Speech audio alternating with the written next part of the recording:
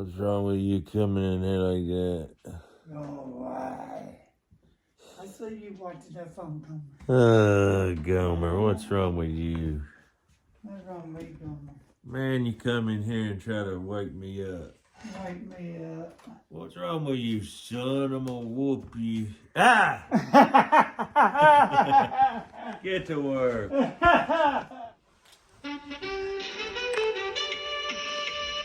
Hey, sis. Uh-oh. Dad, Mom, come on. Your story hour's on. Presenting Your Story Hour. Building for a better tomorrow. Hello, boys and girls. I'm Uncle Dan. And I'm Aunt Carol. Welcome, everyone. As we promised, today we'll tell you about a fascinating episode in the life of a man named Abraham who lived more than 4,000 years ago. If you heard our first story about this wealthy man, you'll recall that God told Looked Abraham like you, to pack didn't up and leave his friends, his comfortable home, and his 4,000 country, years old. and go to a land. He wasn't told just exactly where he was Hey going. folks, Mike and McGee here. But listen Today's now, story we'll hour tell you the day. story of We got Frank, three strangers. but we've got something else. We've got something else. Returning from their disastrous sojourn in Egypt, Abram and We got Sarah ramps. settled at Bethel. Have you ever heard of ramps? Well, Uncle Abram, we'll have to admit one thing. Even though our stay in Egypt wasn't too pleasant, yet we returned with more of this world's goods than we had when we went to Egypt. Yes. These were given to me by a buddy of mine. Watches this channel. He came and purchased a few more pigs. Brought me some ramps. So we're going to cook them up today in some scrambled eggs. They come from North Carolina. Wealthy man. Well, Very excited. We'll separate. You take your choice. If you decide to take the land to the left, I'll go to the right. If you want the land to the right, I'll take the left. You mean I can have my choice? Yes, Of all the land? of course. But God gave all this land to you. I'll waive my right to it. Well, that's very generous of you, Uncle Abram. And I'll talk it over with my wife and let you know.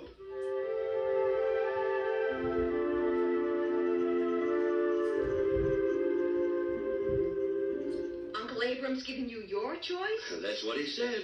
of all the land? Uh-huh. Have you decided what land you're going to choose? Well, I've been thinking. It seems to me that the Jordan Valley has certain advantages. It's the most fertile land in all Palestine. Reminds me of what the Garden of Eden must have looked like. And dear, there are great cities in the Jordan Plain, too. Don't forget that Do advantage. you like cities? Why, I think they'd be exciting to live in. So much going on. Please, Lot. Oh, I've heard that there are great marketplaces in the cities. People gather there and sell things and talk and get acquainted Well, with them. perhaps you're right. All right, dear. I'll tell Abram that I chose the entire plain of Jordan. Oh! We'll make our permanent home in the city of Sodom. Oh, Please? no. Yes. Oh, no. I'm surprised that Lot chose the plain of Jordan. The people are very sinful in the sight of God. Surely Lot wouldn't choose to bring up a family in such surroundings. Yes, I fear Lot is ignorant of the sinful condition of the cities. Are we going to stay here in Bethel? No, I think we'll move south to Hebron. Abram moved to Hebron, pitching his tents under the oaks of Mamre.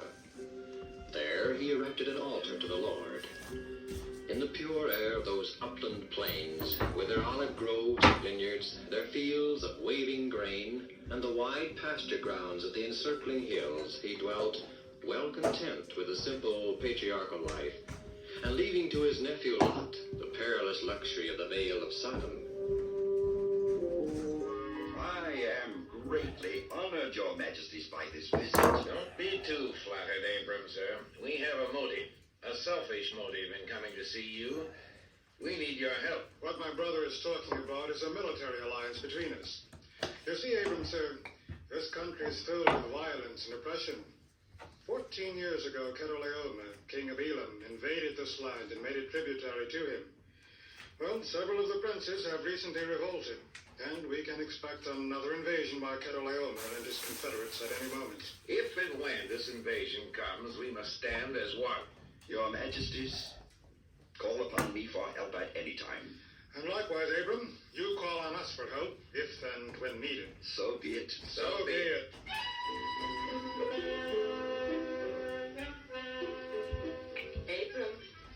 Abram, Yes, Sarah. come out here, please. In a moment. You'd better come now. Oh, all Here right. come now, Frank. What is it? Someone's coming up the trail. It looks like he's injured. Yes. You don't recognize him, do you? No. Must be a stranger to these parts. I'd better prepare some hot water and bandages. No, Sarah. We'll see who he is, what he wants before we do anything. Greetings, stranger. Sir, stay. Don't run away. Come, stranger, and partake of cool shade and refreshments. I am Abram, and this is my wife, Sarah. Hello. Fear not, stranger. Our friendship and the hospitality of our humble abode is at your command. Perhaps my wife can wash your wounds and bandage them. I'm all right. This isn't my blood, but the blood of a companion. There are two of you. I left him along the trail. He died. Of wounds? Yes, sir. Oh, hunting accident, perhaps. You'd not heard? No, I'm afraid I haven't. Oh, there's been a war. A fierce war between the Elamites and the cities of the plains. I didn't know. It started when Chedorlaomer, king of Elam, Pardon my interruption, but Abram, common decency and courtesy demands that this man be washed and refreshed before we allow him to relate his harrowing experiences. She's right, sir. We are most anxious to hear of this war after you are refreshed with water and food.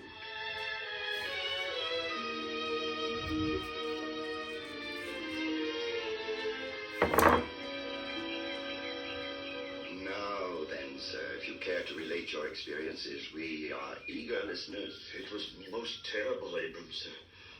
Chedorlaomer with 4 allies marched into our country to reduce us into submission. 5 Canaanite kings joined forces and met Chedorlaomer in the Vale of Sodom. Our army was quickly cut to pieces. How terrible. Not only did the enemy completely defeat our army, but they also plundered our cities and took rich spoils and many captives. We have a nephew in Sodom. Perhaps you know him. His name is Lot. Lot? Yes, I do know him. You hesitate. Is there something about Lot you don't want us to know? Was he taken captive by the Elamites? Yes, ma'am. Lot and all his household. Then I'll have to rescue him. Rescue him from the Elamite army? Abram, you will do nothing of the sort. It's too dangerous. He's my own flesh and blood. Yes, and if you remember, he is also very selfish, choosing for himself the best land in Canaan. He isn't worth rescuing, Abram. I won't let you take the chance anyway. I know how you feel, Sarah. But I must seek God's counsel in the matter. And then do what I can to rescue Lot. But, sir, pardon the intrusion. How can you rescue anyone from the fierce army of the Elamites? Our army was powerless against them. Certainly you don't expect to succeed where an army failed. With God on my side, I dare face any odds, any man, any army.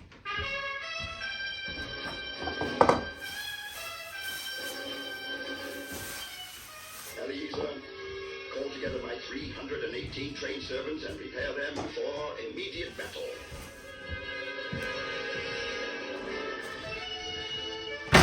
Men, soldiers, we have joined with Prince Abram to do battle against the forces of Elam.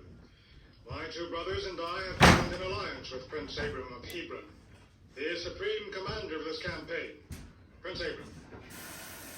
The Elamite forces who so ruthlessly plunder the cities of the plain are encamped at Dan, on the northern border of Canaan.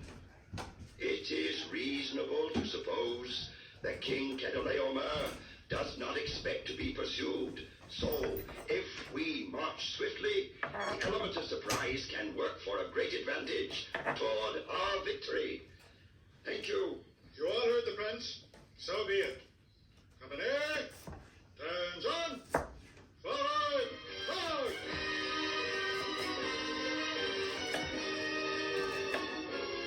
Swiftly, almost silently, Abram and his confederates marched into the north. Closer and closer drew this small band of determined men to the camp of the huge Elamite army. Stopping for a brief rest, the three royal brothers discussed the prospects for victory. Personally, I think Prince Abram is crazy to think that we have a chance to win over the Elam army. Then why did you come if you're so sure you're marching straight to your death? I had to. We do have an alliance with Prince Abram, remember? We could have nullified the alliance. And have the reputation of going back on an agreement? No thanks. You'd rather go to your death than go back on your word? Right. I'd rather go to my death.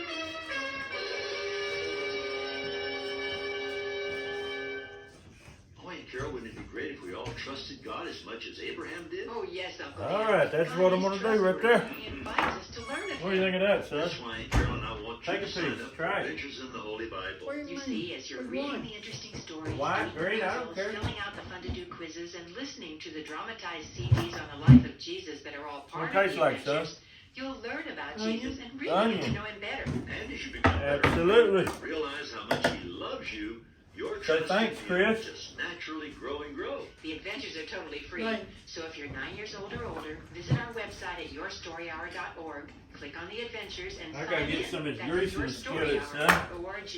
And if you don't have access to the web, just send your request to Your Story Hour, Box 8, Niles, Michigan, 49120, and include your full name and return address so we know where to send your Hey, Toby. adventures. Once again, our address is Your Story Hour, Box 8, Niles, Michigan, Come over here. 49120. Now it's time to get back to our story, The Three Strangers. Lot, a nephew of Abram, was captured and taken prisoner by the forces of the king of Elam, who invaded and plundered the cities of the plains. Abram, learning of the calamity that had befallen his nephew, took his own 318 servants, trained in warfare, and the combined forces of the brothers, Mamre, Eshcol, and Aner, and started out after the army of the king of Elam. To the three brothers, there seemed little chance of victory against the Elamite forces, but Prince Abram had a secret weapon, the most powerful and efficient weapon in all the world. Before marching from Hebron, Abram saw My nephew Lot is in serious trouble. He needs help. I pray thee, O God, be with me, and give me success as I attempt to rescue Lot from the evil hands of the king of Elam. If it be thy will, O God, assure me that I am doing my duty as I march with.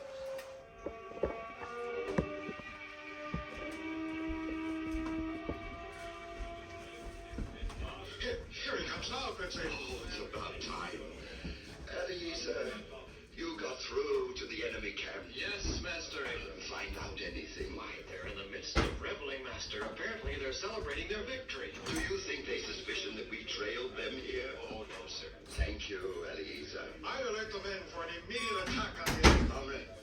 We will wait until dark to attack. Yes, sir. As soon as it's dark, we'll split up. You take your men, go around to the east of the enemy camp. Ask Eshcol to take his men to the north, Aner to the west, and I'll take my men to the south. At a given signal, we will attack the enemy. From different directions. Yes, that will surprise them. Why, they'll think a million men are attacking. Oh, that's very wise generalship, Prince Abram. And remember, when you attack, make lots of noise, be vigorous, and God will give us a speedy victory.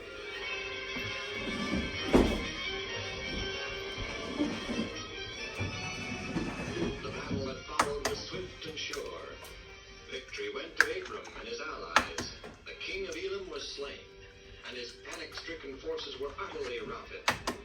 Lot and his family, with all the other prisoners and their goods, were recovered, and a great booty fell into the hands of the victors.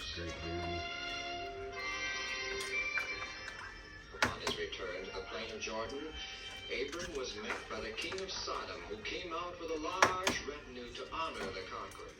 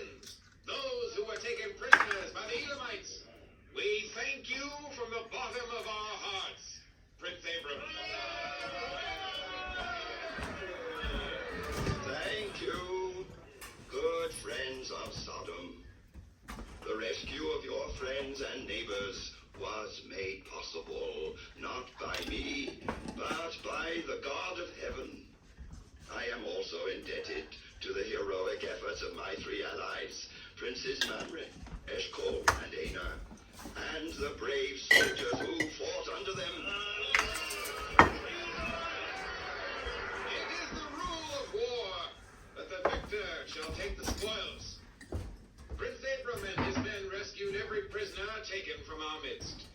In doing so, he came into possession of much rich booty. These things belong to Prince Abram.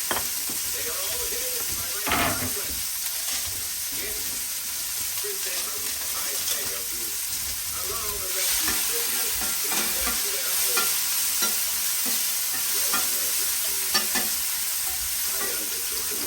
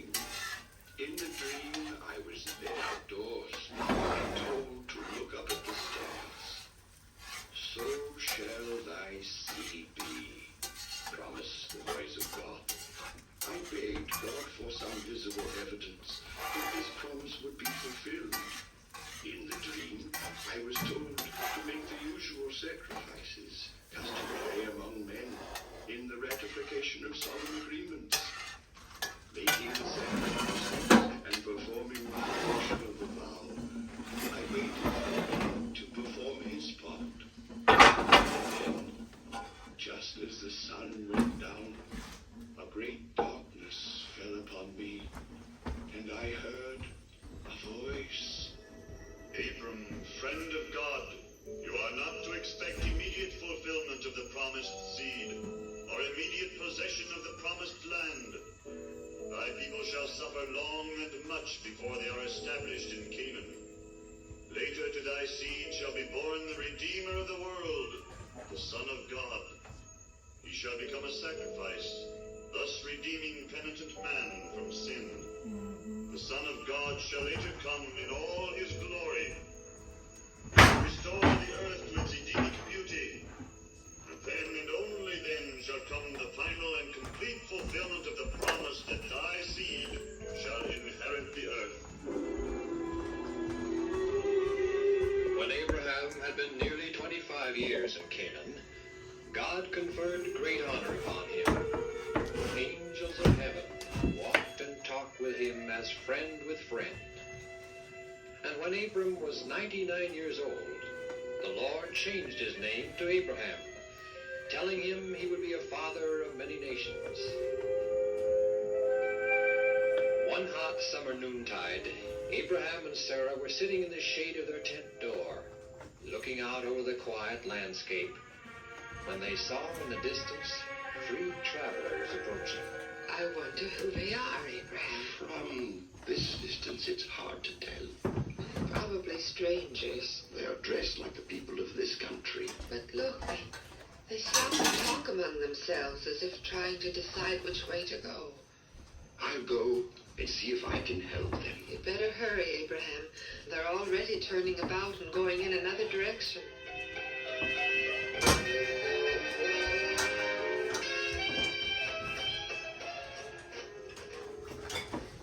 Greetings, gentlemen. Greetings, sir. I pray these strangers, come to my humble tent and tarry, and rest a while, and I will prepare refreshments for thy entertainment. As you say, sir. With his own hands, Abraham brought water to the 3 tired wayfarers, that they might wash the dust from their feet. He himself selected their food, and while they were at rest under the cooling shade, an entertainment was made ready, and he stood respectfully beside them while they partook of his hospitality. Where is Sarah, thy wife, Abraham? She is in the tent. The Lord will do unto thee as he has promised. And lo, Sarah shall have a son.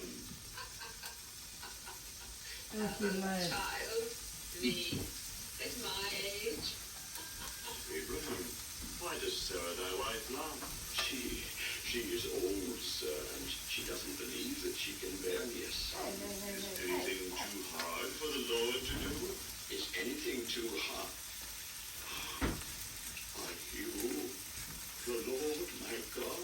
Sarah shall have a son. And the three strangers rose up from thence and looked toward Sodom. And Abraham went with them part of the way. And one of them said unto Abraham, Shall the Lord God hide from you, Abraham, the thing that he is about to do? Abraham, we are on our way now to the city of Sodom. You're going to Sodom? That's where my nephew Lot lives. The cry of Sodom and Gomorrah is great before the Lord, and their sin is very grievous. We go down now to see if what they have done is altogether according to the cry of it. Now, two of these heavenly messengers turn and start in the direction of the wicked city of Sodom. The third one remains with Abraham. By this time, Abraham was certain that he was the Son of God. And Abraham said, O Lord, wilt thou destroy the righteous of Sodom along with the wicked? If there are 50 righteous people within the city, wilt thou save Sodom from destruction because of them? and the Lord answered, If I find in Sodom 50 righteous, then I will spare all the place for their sake. O Lord, if there lack 5 of the 50, wilt thou destroy the city for lack of 5? And the Lord answered, If I find there 45, I will not destroy it. If there are 40 found there, will you destroy Sodom? I will not destroy Sodom for 40's sake. Let not the Lord be angry, and I will yet speak. Peradventure there shall be found only 30 righteous in the city.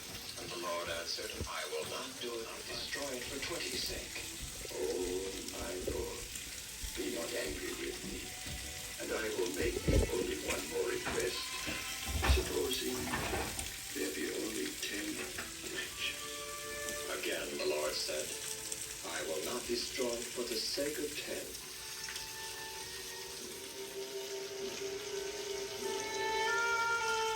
As soon as the Lord finished communing with Abraham, he went his way, and Abraham returned to his tent.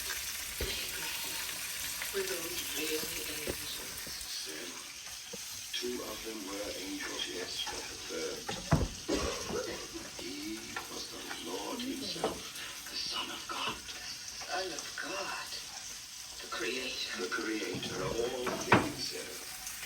Also the saints of God, who one day shall redeem man from sin. Son of God. And I had thought he was merely a tired wafer. What? Is it the Son of God? Just remember, we're on their way to Sodom to see if the people are actually as sinful as they appear. If so, God is going to destroy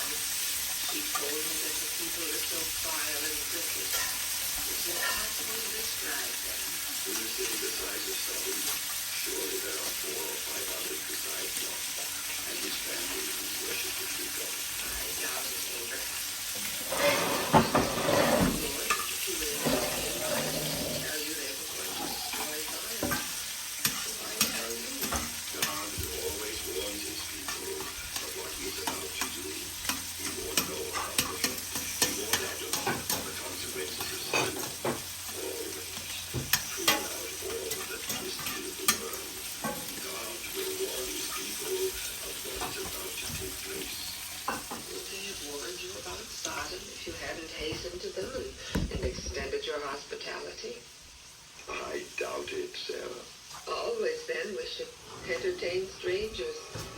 They may be angels.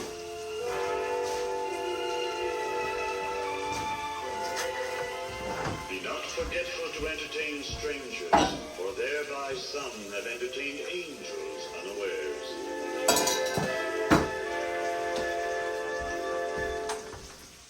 Before we go, Uncle Dan and I would like to ask you to do us a favor. You see, it's like this. You hear your story hour through the courtesy of this station. Station managers need to know if the programs they air are being appreciated by their listeners. So please, be so kind as to call, write, or email this station and tell them you're a listener and thank them for airing your story hour. When a station manager knows a program is popular, he makes sure it keeps that program on the air. By your calls, letters, and emails, you'll be helping to ensure our continued presence right here. Now, in case you didn't have a pen or paper handy when we gave our address before, here it is again. It's Your Story Hour, Box 8, Niles. Niles, Michigan, 49120. And our website is at yourstoryhour.org. Whichever way you choose, email or snail mail, just sign up for Adventures in the Holy Bible right away. You'll be glad you did. Goodbye for now. And God bless you till we meet again. Over, Frank. Yep, it's over. This has been Your Ready to eat, son? Building for a better Go in. This is Aunt Carol. saying, Goodbye, everyone. You ain't? See you again. Yeah, I am. I mean, not by that. I don't know if he made it or not, son. That's the way the eggs get done. Eggs are done, son. Don't forget my senior discount.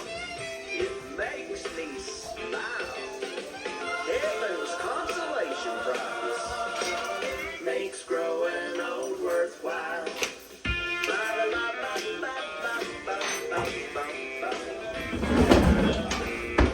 Now you might need a senior discount if you used to rock around the clock. Now you limp around the block. If your teeth are like the stars, they come out at night. Hey, rattle and roll. Well, that just means you're getting out of bed. I had another clever line right here, but I forgot what it said.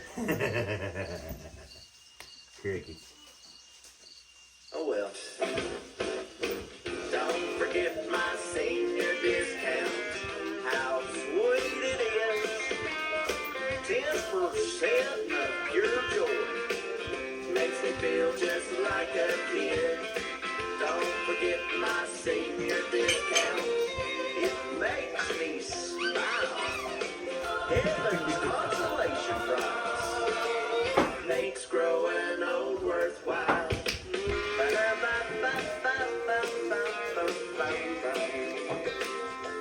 Hey, I just thought of something. Do I get a senior discount from the band?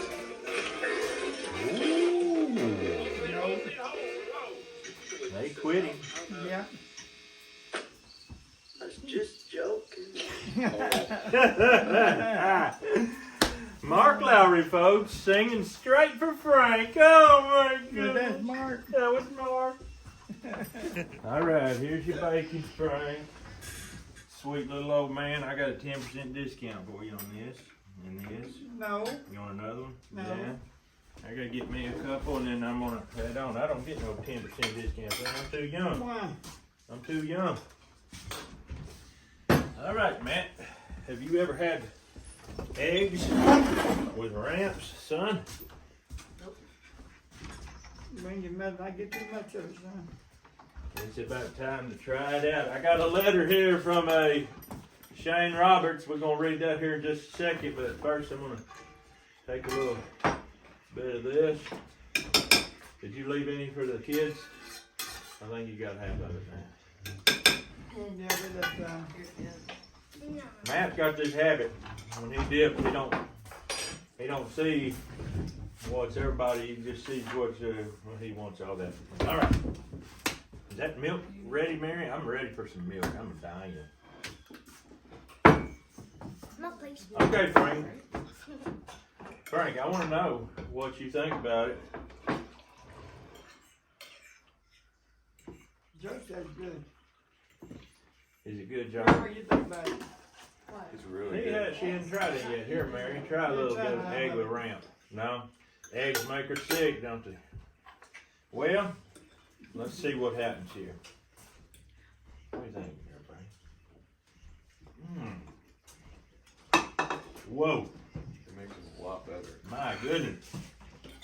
You talk about taking an egg to the next level. Whoa. Wow, Mom, you gotta try that. Don't get too much of it, Governor. You gotta try it, Mom. We might have to cook another batch. Hey, look at your own plate. Come on in, Dad. I'm gonna try that. Thank you, Chris. Man, that's good. That is some kind of eating. Let's see what we got here, son. Oh my goodness, there's a $5 bill. What you want to bet that's for the corn cracking thing? That old Moonshine Jack did. Huh? Yep. I hope you and your family doing well. My family and I really enjoyed your videos. You can tell Frank and your wife and daughter they may as well get in the picture because we like to see them in the videos. I really like the fact that you don't hear the ugly language and it's family oriented. I'm finally getting around to my donation for the lawnmower corn shelter project. Tell old Moonshine Jack to just be patient. You heard him, Moonshine Jack. This is Shane Roberts saying, Moonshine Jack, be patient. Now I've got $5 here. That would represent a pretty good little chunk right there. He's got one complaint. I'm not going to sit and watch you listen to the radio program. That's just boring. Well, I tell you what, we don't force nobody to watch it. But last week I had a 43-minute video and somebody said, 43 minutes? That was so fast I could have watched another 20 minutes at least. So, hey, I can't even let them watch if I don't put it out there. Let's see what else he says. Well, that's all for now. Please keep up the good work and the good videos. Tell old Frank to tighten up. He missed a spot on them dishes he was washing the other day. Thank you, Shane. We appreciate it. Missed a spot. Yes, sir. Thank you very much. Hope you watched long enough to realize we read your letter. If not, I guess I can't help that. But this is a very good deal we got here with these ramps. Man, I just discovered ramps. I heard about them, found out about them on Facebook because I guess it's kind of one of them passions that people get, kind of like hunting for dryland fish mushrooms. And I mean, people go crazy about them. These come off of a mountain in North Carolina. What do you think about that, son? Pretty good for a wild food, ain't it? Mm-hmm. It's like an onion, except maybe just a little milder and sweeter. But boy, is it ever good. Ever good. What do you think, Caleb?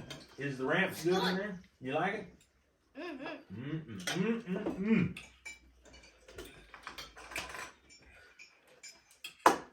Dave, did you get to try it yet? No. Not yet? I think they taste better than bacon. What do you think, John? Better bacon? No. What? What happened? Oh! He bit himself again. You need to let me file them teeth down, son. Too sharp. I'm done. We'll be back.